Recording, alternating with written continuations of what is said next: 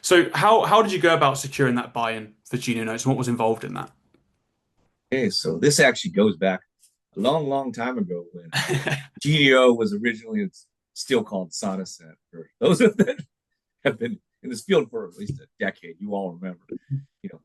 Actually at that time, a local vendor I remember this couple that provides AT for Northern California. They were originally from the UK. They said, "Oh, we have this new product called Sonaset. Would you like to try it?"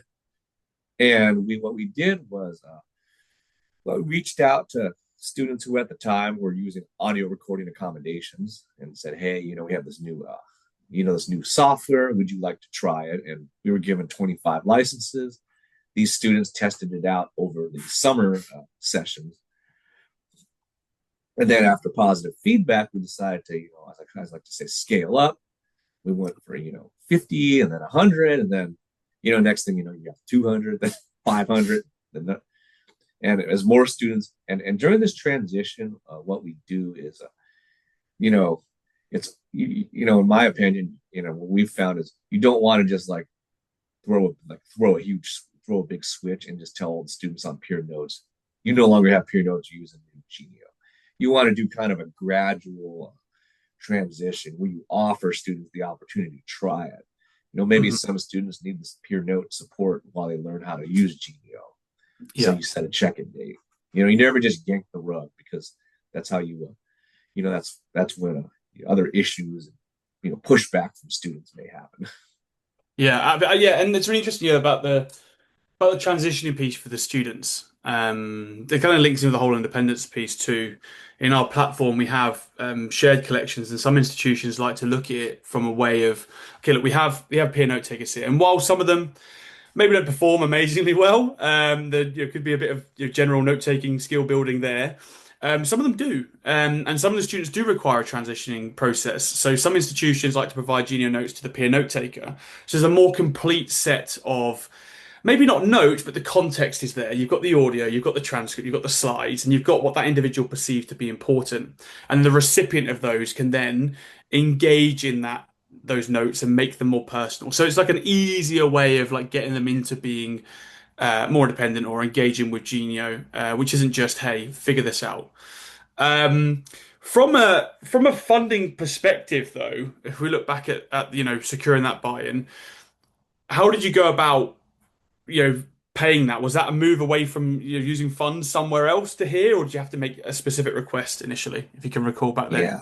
So it does, these things do come out of the general kind of budget, for accessibility services on campus. Yeah. Now, what did happen later on, actually, in terms of like helping with cost, is Genio, or at the time I think it was called Glean, secured a contract with the University of California system. So that actually brought a kind of like since the whole University of California has an option to buy Genio licenses, it helps kind of with the cost. Yeah, yeah, yeah. And I suppose those master service agreements go a really long way for the approvals, right? Us being able to Mm-hmm. say, well, look, we've spoken to System Office at University of California. We work with the Foundation for Community College of California and College Buys. We have a master service agreement with them. It saves like institutions like you a lot of that like overhead, the admin time that you simply don't have seeking all these approvals because that work's already been done. And then it's a matter of, okay, well, is it in our existing budget? Can we, transfer budget from, let's say we're paying peer note tickets here, or we have this technology here that's not being used so much, and move budget around. And sometimes it is a matter of actually we don't have a line for this, and that happens increasingly so now in the conversation I have. It's well, our budget's being stripped, and then you've got to make those cases right internally for support around it. In a lot of cases that I experience now, I'm seeing more and more accessibility officers have to have conversations around persistence and retention. I mean, naturally, if an assistive technology is built properly, success should be the outcome for all of your students. And in turn, GPA improvements, sense of belonging, all those things that influence those metrics. But often that's, departments are having to make those requests for funding internally just because their budgets don't quite sit where they used to. Um, or maybe they never had the budget in the first place, which is sometimes often the case as well. So absolutely, there's plenty we need to do, and plenty we can help you with when it comes to securing that buy-in for sure. But I'm sure everyone on this chat has a ton of expertise in getting any form of assistive technology for approvals. Um, the big F word, faculty. Mhm.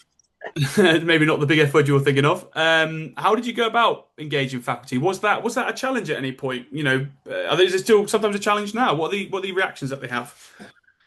Yes, faculty, like you said, the faculty, as we know, can be, quite, challenging with, explaining how, number one, how these note-taking technologies work, and number two, what, about audio, especially around recording, and then, that recording has now transitioned to, AI technology, and what does AI do, what does it not do, and basically, what we've done, over the years. For example, we have a quite famous law school, and our law school faculty are very difficult to work with, but we've been able to work, with kind of with vendor, like Genio in this case, and you'll provide terms of, the whole there's a whole FAQ on like recordings, data usage, what the AI technology does, what it does not do, and we've been able to provide this to our liaison at the law school, who's been able to explain to faculty, no, it doesn't train.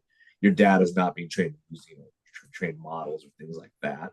Yeah, yeah, And we also have I also work very closely with our policy analyst, and we've been able to develop clear, faculty, policy and guidance, clear guide, policies around for students how to appropriate use of like recording technology, what's not appropriate, what your accommodation is, what it isn't. And additionally, our policy analyst actually engages faculty directly, oh, quite often. So yeah. that's kind of how we've been dealing with them.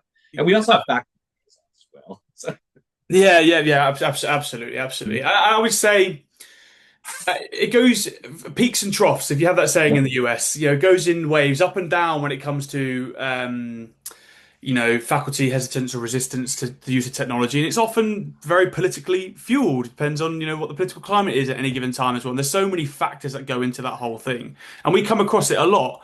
But you've mentioned some of the things that we do as an organisation. Just for the benefit of the people on this call that aren't so familiar with us, we do have an AI hub. AI in Genio makes up less than 5% of our features, and that's deliberately so because we focus very much on the learning. We want students to learn the material, not cognitively offload and read a summary of everything, right? So we're very focused on that. We don't sell or rent data, we don't train AI, and there's a faculty guide that goes through the details of exactly where data's stored, how it's stored, what can students do and not do with those events that they capture their classes with. And that latter point you mentioned about audio recording agreements is increasingly being one of those things that a lot of institutions have. I still come across a lot of institutions that don't have them. They might just have an accommodations letter that says, "Hey, look, you got permission to record," but the actual recording policy sometimes doesn't exist. So if you do want a copy of a template of one, we do actually have one of those as well. Nish isn't prepared for that in the chat to drop it in, but if you want to email me afterwards, I can send you a template for an audio recording policy, and also we have an AI policy as well.